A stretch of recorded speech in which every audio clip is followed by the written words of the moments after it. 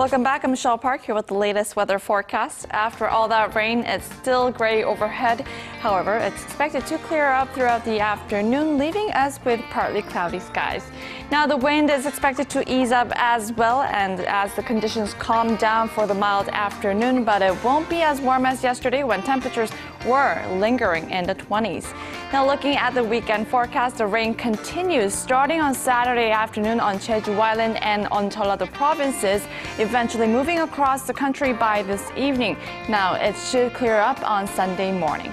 Now, with that in mind, let's have a look at the readings for today. Seoul will peak up to 16 degrees this afternoon.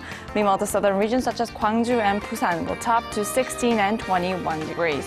Moving over to other regions, Jeju Island gets up to 16 again. Dokdo hits 15, while Mount Kumgang tops to 7 degrees. Well, that's all for now. I'm Michelle Park, and here's a look at the weather conditions around the world.